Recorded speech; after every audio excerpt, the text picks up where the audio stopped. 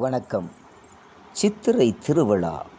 தேனி மாவட்டம் உப்புக்கோட்டை அருள்மிகு ஸ்ரீ மண்டு கருப்பசுவாமி, கௌமாரியம்மன், செல்லாயி, தமிழ்கடவுள் முருகபெருமான், தெய்வ யானை இவர்களுடைய உற்சவ திருவிழா 2024 ஆண்டில் சித்திரை கடைசி வாரத்தில், அதாவது 8, 9, 10 ஆகிய 3 தேதிகளில் தேனி மாவட்டம் உப்புக்கோட்டை வடக்கு தெருவில் இருக்கக்கூடிய தேவேந்திரகுல வேளாளர் சமுதாயத்துக்கு பாத்தியப்பட்ட இந்த திருக்கோவிலில் இந்த 2024 ஆண்டுக்கான கௌமாரியம்மனுடைய திருக்கல்யாண நிகழ்ச்சி, அதாவது 3ஆம் நாள் திருவிழாவாக இந்த திருக்கல்யாண நிகழ்ச்சியை மிக சீரும் சிறப்போடு நடத்தி கொண்டிருக்கிறார்கள். இதை நடத்தக்கூடிய தேவேந்திரகுல வேளாளர் சமுதாய மக்கள் மிக்க மகிழ்ச்சியோடு இந்த திருக்கல்யாண நிகழ்ச்சியை நடத்தி கொண்டிருக்கிறார்கள். அங்கே இருக்கக்கூடிய தனிக்கொடி தாத்தா அவர்களுடைய புதல்வர் பரமன் அவர்கள் அந்த மண்டு கருப்பசுவாமி, அந்த கௌமாரியம்மனுடைய கோயிலுக்கு அருகிலே இருந்து பல ஆண்டுகளாக அந்த கோவிலுக்கு அருள் பணி செய்து கொண்டு வந்திருக்கிறார் என்பது ஒரு நிதர்சனமான ஒரு ஆன்மீக தொண்டை செய்து வந்து கொண்டிருக்கிறார். எனக்கு தெரிந்த அளவில் தற்பொழுது எனக்கே அகவை 44 ஆகிறது. எனக்கு விவரம் தெரிந்த நாளில் இருந்து அந்த மண்டு கருப்பசுவாமி ஒரு காலகட்டத்தில் வெறும் தகரக்கொட்டையில் இருந்தது. அந்த தகரக்கொட்டையில் ஒரு உருண்டை, அந்த மண்டு கருப்பசுவாமியுடைய அந்த உருண்டை கல் மட்டும் இருக்கும். அதற்கு ஒரு பெட்டி மாதிரி செய்து அங்கே வைத்திருப்பார்கள். ஓப்பனாக இருக்கக்கூடிய தற்பொழுது கிரில் கேட்டுன்ற மாதிரி அன்றைய காலகட்டத்தில் மரப்பலகையில் கிரில் கம்பிகளாக செருகி அனைத்து மக்களும் வழிபடக்கூடிய ஒரு தகரக்கொட்டையில் அந்த மண்டு கருப்பசுவாமி அங்கே வைக்கப்பட்டிருந்த காலகட்டத்தில் இந்த கோயிலுக்கு அருகிலேயே தனிக்கொடி தாத்தா அவர்கள் அங்கு வசித்து கொண்டிருந்தார். அதற்கு பக்கத்திலேயே தனிக்கொடி தாத்தாவுடைய வாரிசுதாக இருக்கக்கூடிய பரமன் அவர் அன்றைய காலகட்டத்தில் இருந்து இன்றைய காலகட்டத்தில் வரை இந்த ஆன்மீக பணியில் சீரும் சிறப்போடும் மகிழ்ச்சியோடும் தங்களை வெளிப்படுத்தி கொள்ளுகிறார். இது கௌமாரியம்மன் திருவிழா மட்டும் கிடையாது. இங்கிருந்து செல்லக்கூடிய பாத யாத்திரை என்று சொல்லக்கூடிய உப்புக்கோட்டை தேவேந்திரகுல வேளாளர் சமுதாயத்தில் இருக்கக்கூடிய பழனி முருகன் அந்த மலைக்கு பாத யாத்திரைக்கு அழைத்து செல்வதில் பெரும் பங்கும் ஈடுபாடோடு அந்த பழனி பாத யாத்திரையையும் வழிநடத்தி செய்து கொண்டிருக்கக்கூடிய பணியை, இந்த ஆன்மீக பணியை இந்த பரமன் என்பவர், எனக்கு அவர் மாமாவாக இருக்கிறார். என்னுடைய பாட்டியினுடைய வழியில் இருக்கக்கூடிய ஒரு மாமாவாக இருக்கார். அந்த கோயிலுக்கு அருகிலே இருந்து அந்த கோயிலுக்கு தேவையான அருள் பணிகளை, அதாவது ஆன்மீக பணிகளை, தெய்வ தொண்டுகள், அதாவது ஆன்மீக தொண்டுகளை இன்று வரையும் செய்து வந்து கொண்டிருப்பதில் அவருக்கு என்னுடைய மனதார அவரை நான் பாராட்டுகிறேன். அதனை அடுத்து தினமும் காலை, ஒரு மனிதர் காலையில் எந்திரிக்க வேண்டும் என்று சொன்னால் சில பேர் எந்திரிக்காமல் படுத்தே தூங்குவார்கள். சூரியன் வெயில் அடித்து 7 மணி 8 வரையும் தூங்கி எந்திரிக்கக்கூடிய இந்த காலகட்டத்தில் அதிகாலை 4 மணி அளவில் குளித்து முடித்து சரவணன், நமக்கு அண்ணன் சகோதரன், அந்த சரவணன் என்பவர் இந்த கோயிலை என்றைக்கு வடிவமைத்தார்களோ, இந்த கோயிலை என்றைக்கு கட்டினார்களோ, என்றைக்கு உற்சவ அந்த கௌமாரியம்மனை வடிவமைத்து கொண்டு வந்து அங்கே வந்து அந்த கௌமாரியம்மனையும் அந்த மண்டு கருப்பு சுவாமியையும் அங்கு, அதாவது கருவறை என்று சொல்லக்கூடிய அந்த கண் திறந்த நாளிலிருந்து பக்தியோடு அந்த அம்மனுக்கு ஆன்மீக தொண்டை இன்று வரையும் தொடர்ந்து செய்து வருகிறார். இது மிக மிக ஒரு பாராட்டத்தக்க ஒரு விஷயமாக இருக்கிறது. அதிகாலையில் எழுந்து இதற்கென்று ஒரு நேரம் ஒதுக்கி அந்த அம்பாளுக்கு செய்யக்கூடிய அந்த அத்துணை பணிகளையும் செய்கிறார். அதனை எடுத்து பார்த்தோம் என்று சொன்னால், மண்டு கருப்ப சுவாமி, இந்த மண்டு கருப்ப சுவாமியுடைய நாம் சொல்லக்கூடிய அன்றைய காலகட்டத்தில், அதாவது கிரில் கேட்டு, தற்பொழுது கிரில் கேட்டு என்று சொல்லுவார்கள். அது வந்து அனைத்துமே கிரில் இருக்கும். ஆனால் அன்றைய காலகட்டத்தில் மரக்கிரில், அந்த மரக்கிரில் அன்றைய காலகட்டத்தில் இருந்து அது பரம்பரையாக அதற்கென்று ஒரு பூஜாரியாக இருக்கக்கூடிய அந்த வாரிசுதாரின் அடிப்படையில் தற்பொழுது வரையும் அந்த குடும்பத்தார் வகையறாக்கள் அந்த மண்டு கருப்பசாமிக்கு தொடர்ந்து பூஜைகளையும் செய்து வந்து கொண்டிருக்கிறார் என்பது இன்னும் ஒரு கூடுதல் சிறப்பு அம்சமாகவே இருக்கிறது. இந்த 3ஆம் நாளில் இந்த திருக்கல்யாண நிகழ்ச்சியை ஜெயச்சந்திரன் அவருடைய புதல்வன் இவர் சென்னையில் அங்கே அம்பாளுக்கு அபிஷேகம் செய்வதும், அந்த அம்பாளுக்கு வேண்டிய அந்த திருத்தொண்டு மற்றும் ஆன்மீக தொண்டுகளையும் ஆன்மீக பணிகளையும் காலையில் நெய்வேத்தியம் மாலையில் நெய்வேத்தியம் என்று கடவுளுக்கே தனது வாழ்க்கையை அர்ப்பணித்து கொண்டவர். நமக்கு அவர் மாப்பிள்ளை முறையாக இருக்கிறார், நமக்கு மருமகனாக இருக்கிறார். அதாவது மாமா என்று அன்போடும் அழைக்கக்கூடிய அந்த பூசாரியாக இருக்கக்கூடிய அந்த பையன்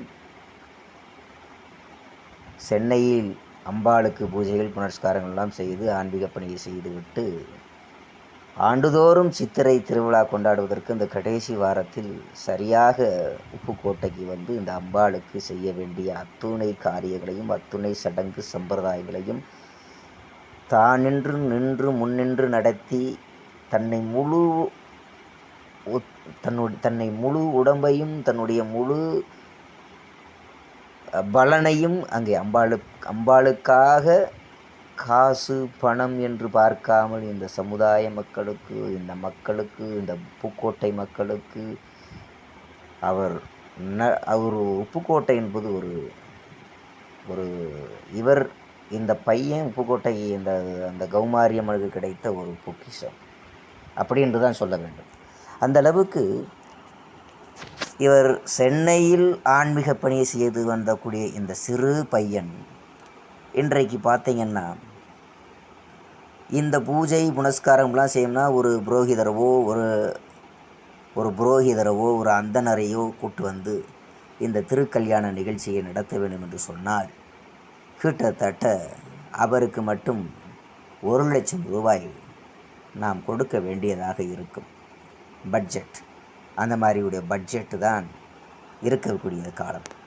ஆனால் இந்த சிறு வயதில் ஆன்மீக பணியையும் செய்து கொண்டு திருமந்திரங்களையும் திருவாசகங்களையும் வேத மந்திரங்களையும் கற்று முறைப்படி கற்று இந்த அம்பாளுக்கும் அந்த சிவபெருமானுக்கும் அந்த வெள்ளிக்கும் அந்த தெய்வானைக்கும் அந்த முருகனுக்கும் அந்த விநாயக பெருமானுக்கும் வைஷ்ணவத்துக்கும் வைஷ்ணவம் மற்றும் சைவத்துக்கும் இந்த இரு மதங்களையும் ஒப்பிட்டு அந்த இந்து மத கலாச்சார பண்பாட்டின் வேத காரியங்கள், அதாவது பூஜைகளும் புணர்ச்சிகளும் சம்பிரதாயமும் சடங்குகளும் அது கடவுளுக்கும் உண்டு. அந்த கடவுளுக்கும் நாம் எப்படி செய்ய வேண்டும் என்பது குறித்து அவ்வளவு நேர்த்தியாக ஒரு விதமான அந்த ஒரு பக்தியை மக்கள் மனதில் ஆரவாரத்துடன் அந்த மகிழ்ச்சியோடு அந்த அம்பாளுக்கு அந்த செய்யக்கூடிய ஆன்மீக திரு தொண்டை நாம் பாராட்டுவதற்கு வார்த்தைகளும் இல்லை, மனமும் இல்லை. அந்த அளவுக்கு ஏன் அப்படி ஈடுபாடோடு ஒரு இந்த உப்புக்கோட்டை தேவேந்திரகுல வேளாளர் சமுதாயத்துக்கு பாத்தியப்பட்ட இந்த திருக்கோவிலில் மண்டு கருப்பசாமி கௌமாரி அம்மனுக்கு ஏன் இந்த ஆன்மீக பணியை செய்ய வேண்டும் என்றால், கடவுளுடைய ஆணையின் கடவுளுடைய கருணை அந்த அனுகிரகத்தால் அவ்வளவு பக்தியும், இதெல்லாம் இந்த புரோகிதர்கள் அந்தணர்கள் செய்யக்கூடிய அத்துணை சடங்கும் சம்பிரதாயங்களும் இந்த உப்புக்கோட்டை கௌமாரியம்மனுடைய திருக்கல்யாண நிகழ்ச்சியில் மிக நேர்த்தியாக பெண்கள் குலவையிடுகிறார்கள். அவ்வளவு நேர்த்தியாக இந்த அம்பாளுக்கு செய்து வந்து கொண்டிருக்கிறார் என்பது இன்னும் கூடுதல் சிறப்பம்சமாக இருக்கிறது. ஸோ ஒவ்வொரு விசைகளாக இருந்தாலும் அங்கே பார்த்தோம் என்று சொன்னால்,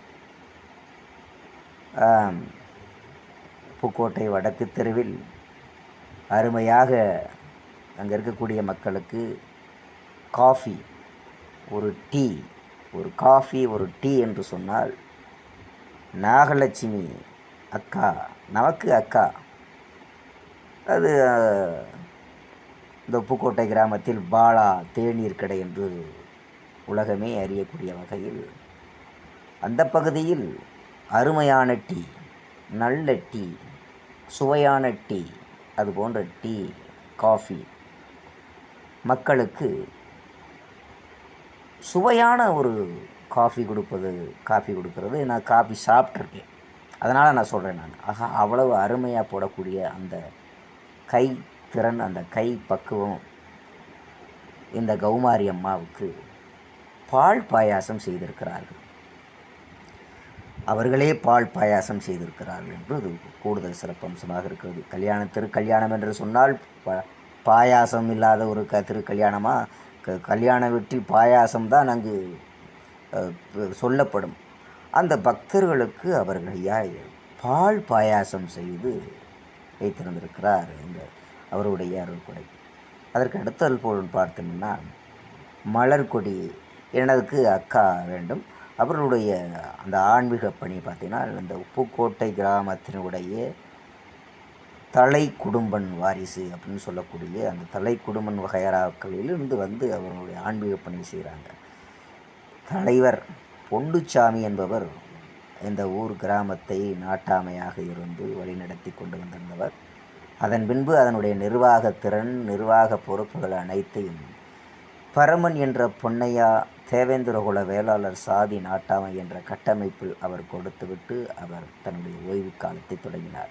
அதற்கு பின் பரமன் என்ற பொன்னையா அவர்களுடைய தலைமையில் இந்த ஊர் கட்டுப்பாடு, அவருடைய பரமன் என்ற பொன்னையாருடைய மீசை அவர் சிங்க மாதிரி இருக்கும். அவருடைய 2 மீசைகளும் அப்படி பார்த்திங்கன்னா சிங்க மாதிரியே இருக்கும்.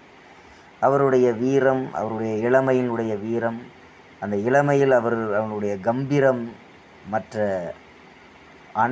நமது ஊரை தவிர்த்தும் மற்ற அனைத்து ஊர் மக்களினுடைய பாதுகாப்பையும் உறுதி செய்யக்கூடிய வகையில், மற்ற ஊருக்கும் சரி நமது ஊர் தேவேந்திரகுல வேளாளர் சமுதாயம் மட்டுமல்ல, அனைத்து சமுதாயமும், அதாவது சமூக விரோத கும்பலிடமிருந்து இந்த ஊரை பாதுகாத்து கொள்ள ஒரு கம்பீர ஒரு தோற்றத்துடன் திரு பரமன் என்ற பொன்னையா அவர்களுடைய தேவேந்திர சாதி நாட்டாமையாக இருந்து இந்த ஊரை வழிநடத்தி சென்றவர்.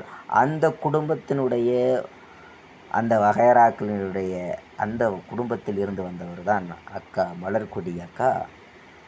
ஆண்டுதோறும் இந்த பராசக்தியாக இருக்கக்கூடிய இந்த கௌமாரி அந்த மண்டு கருப்பசாமிக்கு அவருடைய குடும்பன் கூட்டம் வகையறா என்று சொல்லக்கூடிய அந்த குடும்பனுக்கும் என்ன அந்த மனசிலே வரும் அந்த தைரியம், அந்த மனசிலே இந்த குடும்பன்ற வகையறான்ற அந்த குடும்பம் தான். அதன் அடிப்படையில் அந்த மலர்கொடி அக்கா அந்த குடும்பத்தை அந்த குடும்பங்களையும் இன்று வரை அதனுடைய அந்த ஒரு கௌரவம்ன்றதை நிலைநிறுத்திருக்கக்கூடிய சிறப்பு அம்சங்களை செய்யக்கூடிய விதத்தில் அந்த மலர்கொடி அக்காவை இன்று வரை பாராட்டுவதற்கு வார்த்தைகள் கிடையாது. அவ்வளவு நேர்த்தியாக கடவுளுக்கும் சமுதாயத்துக்கும் அவர்களுடைய தொண்டு இன்று வரை இருந்து வருகிறது. அதே நேரத்தில் பக்கத்தில் இருக்கக்கூடிய சுற்றுவட்டாரத்தில் ஈஸ்வரன் அந்த கோயிலுக்கு எதிரே இருக்கிறார். தொடர்ந்து அந்த சமுதாயத்தினுடைய பற்றும் அந்த கடவுள் மீது உடைய அதீதவுடைய பற்றும் நம்பிக்கையும், ஈஸ்வரனுடைய குடும்பமே அந்த ஆன்மீக பணியை சொல்கிறதற்கு வார்த்தைகள் கிடையாது. அந்த அளவுக்கு கடவுளுக்கு திருத்தொண்டுகளை செய்து வந்தவர் என்பது மிகவும் குறிப்பிடத்தக்கதாக இருக்கிறது. ஈஸ்வரன் அவர்கள் அந்த கோயில் அன்றைய காலகட்டத்தில் எப்படி இருந்ததோ, அந்த மரக்கிரில் காலகட்டத்தில் எப்படி இந்த கோயில்கள் இருந்ததோ, அன்று முதல் இன்று வரை ஈஸ்வரன் அந்த மண்டுக்கருப்ப சுவாமி, அந்த கௌமாரியம்மனுக்கு அந்த உற்சவ விழாவாக இருந்தாலும் சரி, அந்த திருவிழா காலங்களினுடைய அவருடைய ஈஸ்வரனுடைய அன்பும் அவருடைய இதுவும் பாராட்டுவதற்கு எல்லையே இல்லாத அளவிற்கு மிக சீரும் சிறப்புமாக இருந்திருக்கிறது. அதன் வீட்டுக்கு பக்கத்திலேயும் அந்த சுற்றத்தார்கள் பற்றத்தார்கள் சொல்லக்கூடிய அந்த பக்கத்தில் இருக்கக்கூடியவர்கள், அந்த சின்ன குழந்தைங்கள், வளரக்கூடிய குழந்தைங்கள், அவங்கெல்லாம் சேர்ந்து இந்த இன்னும் சொல்லப்போனால் வாங்கையாவினுடைய வாரிசுகள், பெண் வாரிசுகள், காலாடி கூட்டம் என்று சொல்லுவார்கள். காலாட்படை வீரர்கள் சொல்லுவார்கள். மாதம் மும்மாரி படைகள். மாரி என்றால் மலை, இலக்கிய பெயரில் மாரி என்றால் மலை என்று சொல்லுவார்கள். அந்த மாரியை பெண் பெயரை வைத்துத்தான் மாரி, பெண் பெயரோடு ஒப்பிட்டு மாரி என்றால் மலை, அதாவது மாரி அம்மா, மாரி தாய், மாரியம்மா, மாரித்தாய் என்று பெண் பெயரிட்டு இந்த இயற்கை தெய்வத்தை வணங்கக்கூடியவர்கள் நமது தெய்வேந்திரகுல வேளாளர் சமுதாய பெருமக்களாக இருக்கக்கூடிய உப்புக்கோட்டை வடக்கு தெருவில் இருக்கக்கூடியவர்கள். இவர்கள் நம்ம ஆண்டுதோறும் பல ஆயிரக்கணக்கான இந்த திருவிழாவினுடைய தோற்றம், இந்த திருவிழாவினுடைய நோக்கம் இதெல்லாம் பார்த்தீர்கள் என்று சொன்னால், ஒரு காலகட்டத்தில், அதாவது 1930 ஆண்டு காலகட்டத்தில் ஒரு சமூகம், பல சமூகங்கள் கூட்டமைப்பும் ஒரு சமூகத்தை மட்டும் புறக்கணித்து ஒரு திருவிழாவாக கொண்டாடினார்கள். அந்த திருவிழாவில் ஒரு சமூகம் மட்டும் புறக்கணித்ததன் விளைவுதான் இன்று தனிப்பெரும் சாம்ராஜ்யத்துடன் மண்டு கருப்ப சுவாமி கௌமாரியம்மனுடைய திருவிழா மிக மகிழ்ச்சியோடு இன்று வரை இது பெரிய ஒரு திருவிழாவாக வளர்ந்திருக்கிறது. அன்றைய காலகட்டத்தில் சித்ரா பௌர்ணமி அன்று ஒரு உப்புக்கோட்டை கிராமத்தில் அனைத்து சமுதாய மக்களும் அந்த சித்ரா பௌர்ணமி திருவிழாவை சீரும் சிறப்போடு கொண்டாடி வந்திருக்கிறார். ஆனால் அது என்னமோ தெரியவில்லை, இந்த சித்ரா பௌர்ணமி, அதாவது முழு நிலவு, அதாவது ஒரு காலகட்டத்தில் முழு நிலவு, சித்ரா பௌர்ணமி முழு நிலவு அன்று மூவேந்தர்கள் இந்திர விழாவை எடுத்திருக்கிறார்கள். அந்த இந்திர விழாவில் சேர சோழ பாண்டியர்கள் அந்த இந்திர விழாவை எடுத்திருக்கிறார்கள். அந்த இந்திர விழாவின் அந்த சித்ரா பௌர்ணமி தினத்தன்று தான் எதிர் சேவை நிகழ்ச்சியை குதிரை வாகனத்தில் தங்களுடைய குல தெய்வங்களை அங்கே வைத்து எதிர் சேவைகள் செய்து நடத்தியிருக்கிறார்கள். ஒவ்வொரு கிராமத்திற்கும் ஒவ்வொரு குலதெய்வங்களை அவர்களுக்கு இஷ்டப்பட்ட, அவர்களுக்கு பிடித்தமான இஷ்ட தெய்வங்களை குதிரை வாகனத்தில் வைத்து நீர்நிலை பகுதியில் இருக்கக்கூடிய, அதாவது நீர் பகுதிகளில், அதாவது நீர்வழித்தடங்களில் அங்கே சித்ரா பௌர்ணமி, அதாவது சித்திரை மாதத்தில் வரக்கூடிய பௌர்ணமி, அதனால தான் சித்திரா பௌர்ணமி என்று சொல்கிறார்கள். அந்த சித்திரை பௌர்ணமி திருநாளில் அந்த எதிர் சேவை நிகழ்ச்சியை நடத்தியிருக்கிறார்கள். அது என்னமோ தெரியவில்லை, உப்புக்கோட்டை கிராமத்தில் தேவேந்திரகுல வேளாளர் சமுதாயத்தை மட்டும் மற்ற சமுதாயங்கள் எல்லாம் ஒன்று சேர்ந்து இந்த திருவிழா காலங்களில் இந்த சமுதாயத்தை மட்டும் புறக்கணித்து வழிபட்டதன் காரணமாகவே இந்த சமுதாய மக்கள் தனித்து நாம் ஒரு திருவிழா நடத்த வேண்டும், அவர்களுடன் சண்டை போடக்கூடாது, சஞ்சரவும் பண்ணக்கூடாது என்று சொல்லி இவர்கள் தனியாக அந்த மாறி நமக்கு இயற்கை துணை இருக்கிறது, இயற்கை நாம் நம்புவோம், இயற்கை நம்மளுக்கு கைவிடாது என்று சொல்லி அன்று மாறி அம்மா கௌமாரி தாயே அப்படி என்று அக்னி சட்டிகளும் ஊர்வலம் எடுத்து மயிலாட்டம், ஒயிலாட்டம், கரகாட்டம், கோலாட்டம், அப்படி கிராமிய கலை, அதாவது கலை நிகழ்ச்சியில் ஒன்று இந்த மண்டு கருப்பசாமியும் கௌமாரி மகாராஜர். இன்றைக்கு அவர்கள் திருக்கல்யாண நிகழ்ச்சி நடத்துவதற்கு வரையும் அவர்கள் வந்திருக்கிறார்கள் என்று சொன்னார். அது மிகப்பெரிய ஒரு அந்த கௌமாரி அம்மாவும் அந்த மண்டு கருப்பு சுவாமியும் இவர்களிடம் இருக்கிறார் என்பது தெல்லம் தெளிவாக நமக்கு தெரிகிறது. ஆகையினால் இந்த மண்டுக்கருப்பு சுவாமியும் அந்த கௌமாரியமும், அதாவது உப்புக்கோட்டை வடக்கு தெருவில் மையப்பகுதியில், அன்றைய காலகட்டத்தில் இது சாவடி என்று தான் சொல்லுவார்கள். சாவடி என்று சொன்னால் குடும்பனுடைய நல்லது கெட்டது பேசி தீர்க்கக்கூடிய ஒரு இடமாக இருந்தது. அந்த பேசி தீர்க்கக்கூடிய இடத்தில்தான் அன்றைய காலகட்டத்தில் 1930 காலகட்டத்தில் பல சமூகங்கள் ஒன்று சேர்ந்து தேவேந்திரகுல வேளாளர் சமுதாயத்தை மட்டும் புறக்கணித்து சித்ரா பௌர்ணமி விழா கொண்டாடினார்கள். அதன் விளைவு அன்றைய காலகட்டத்தில் இருந்து வெள்ளைய குடும்பன் என்பவர் அங்கே அந்த மண்டு கருப்பசாமி வைக்கிறதுக்கு கொட்டகை அமைத்து கொடுத்தார். ஒவ்வொருத்தரும் ஒவ்வொரு ஏற்றிருந்தார்கள். அந்த டயத்தில் அந்த காலகட்டத்தில் மண்டு கருப்பசாமிக்கு தகரத்தில் கொட்டகை அமைத்து வழிபாடு செய்ய ஆரம்பித்திருக்கிறார்கள். ஆனால் இன்று ஒரு திருக்கல்யாண நிகழ்ச்சி வரை இந்த திருவிழா வளர்ச்சி பெற்றிருக்கு என்று சொன்னால் இங்கே இருக்கக்கூடியவர்களுடைய ஆன்மீக பற்றும் சமூக பற்றும் இந்த கிராமத்தினுடைய வளர்ச்சியின் நோக்கத்தில் மற்ற சமுதாயங்களால் புறக்கணிக்கப்பட்ட இந்த சமூகம் அவர்களோடு சண்டையிடாமல் அவர்கள் நீங்கள் உங்கள் வேலையை பார்த்து கொள்ளுங்கள், நீங்கள் எங்களை புறக்கணித்து விட்டீர்கள், எங்களுக்கு உரிமை வேண்டும் அப்படி என்று போராடவில்லை. அன்று வெளியே வந்தவர்கள் இன்று கௌரவத்தோடு தனக்கான ஒரு திருவிழாவை ஒரு கம்பீரமாக ஒரு தனித்து நின்று இன்று வரை அந்த கடவுளுக்கு ஆன்மீக பணியையும், அதாவது தேசம் இந்திய பண்பாடு கலாச்சாரம் நாகரிக பண்பாட்டையும் இன்று வரை தொடர்ந்து கடைபிடித்து வருகிறார்கள். மதுரை மீனாட்சி அம்மனுக்கு அங்கே திருக்கல்யாண நிகழ்ச்சியில் என்னென்ன செய்கிறார்களோ அத்தனை வேதங்களையும் ஓதி அத்தனை சடங்கு சம்பிரதாயங்களையும் இங்கே இருக்கக்கூடிய தேவேந்திரகுல வேளாளர் சமுதாயத்தினர் மூலமாகவே நடத்தப்பட்டு அந்த திருக்கல்யாண நிகழ்ச்சியை பார்க்குவதற்கு எவ்வளவு இனிமையாக இருக்கிறது. அந்த ஒரு இனிமையாக இருக்கிறது இந்த திருக்கல்யாண நிகழ்ச்சியை இப்படி ஒரு சீரும் சிறப்புமோடு நமது தேவேந்திரகுல வேளாளர் சமுதாயத்து மக்களே இப்படி ஒரு திருக்கல்யாண நிகழ்ச்சியை நடத்துகிறார்கள். இது உப்புக்கோட்டைக்கு மட்டுமல்ல, உப்புக்கோட்டையை தவிர்த்து இந்த தேவேந்திரகுல வேளாளர் சமுதாயத்திற்கே இப்படி ஒரு பெருமை. இந்த வேத காலங்கள் வேத மந்திரங்கள் நன்கு கற்று அதே நேரத்தில் ஒரு அந்தனத்திற்குரிய என்ன ஒரு இருக்கிறதோ, ஒரு கடவுளை வழிபாடு செய்வதற்குண்டான என்ன தகுதி இருக்கிறதோ அத்தனை தகுதியும் தராதரத்தையும் வளர்த்து கொண்டு இந்த பணிகளையும் இந்த திருக்கல்யாண நிகழ்ச்சிகளையும் நடத்துகிறார்கள்.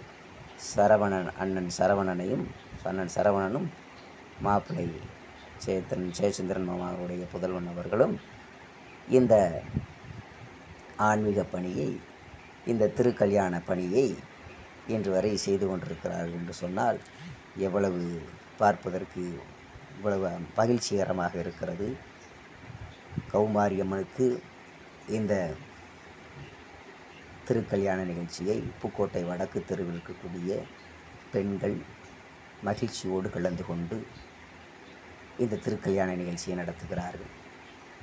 அது வளையல், பழங்கள், பூப்பந்தாட்டம் போன்றவையெல்லாம் பார்ப்பதற்கு எவ்வளவு அழகாக இருக்கிறது. இதற்குடைய சோடனையும் இவர்களுடைய மல்லிகைப்பூ சோடனையும் அங்கே சிவனும் பார்வதியும் அமர்ந்திருக்கார் போல அந்த இதை வைத்து அதை சோடித்து அதனுடைய சோடனைகளெல்லாம் சொல்லி பூஜைகளும் புனஸ்காரம் செய்து இந்த திருக்கல்யாண நிகழ்ச்சியின் திருக்கல்யாண வைபவத்தை இவ்வளவு ஒரு நேர்த்திகராக ஒரு அந்தணர்கள், ஒரு சிவாச்சாரியார்கள், ஒரு ஐயர்கள் அவர்கள் என்ன தனித்திறமை வைத்து அந்த வழிபாடு செய்து அந்த சடங்கு சம்பிரதாயங்கள் செய்து திருக்கல்யாண நிகழ்ச்சி என்று மதுரை மீனாட்சி அம்மனுக்கு வழிபாடு செய்திருக்கிறார்களோ அதே போலவே உப்புக்கோட்டை அருள்மிகு ஸ்ரீ கௌமாரி அம்மனுக்கு இந்த திருவிழா அந்த திருக்கல்யாண நிகழ்ச்சியை இன்று செய்து வந்திருக்கக்கூடிய பக்தர்கள் அனைவருக்கும் சன்னதியில் அன்னதானம் என்று சொல்லக்கூடார்கள். அதாவது விருந்து, திருமணம் முடிந்த உடனே விருந்தோம்பல் சொல்வார்கள், அண்ணாம்பாளிப்புன்னு சொல்வார்கள்.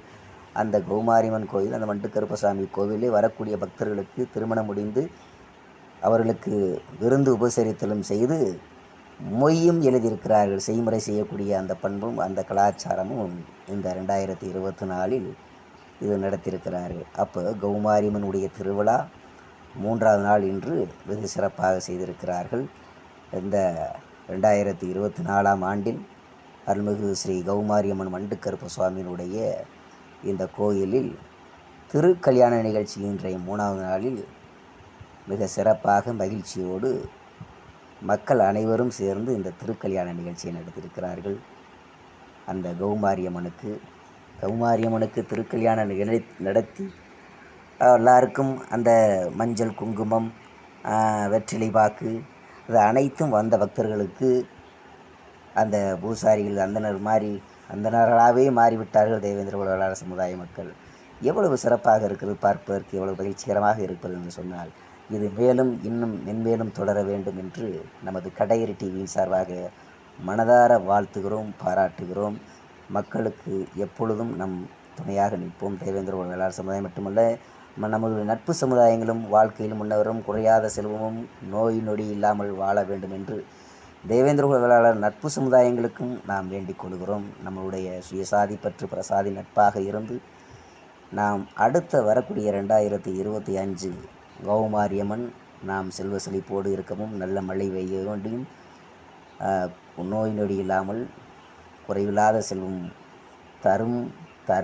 தருவார்கள். மண்டுக்கருப்பசாமி இருக்கிறார், கௌமாரியம்மன் இருக்கிறார். ஆகையினால் இந்த 2024 சித்திரை திருவிழா இந்த 3வது நாள் சீரும் சிறப்போடு நடைபெற்றிருக்கிறது என்று சொன்னால் கௌமாரியம்மன் மண்டுக்கருப்பசாமி நமது பக்கமே இருக்கிறார் என்பதில் மாற்றே கருத்து கிடையாது.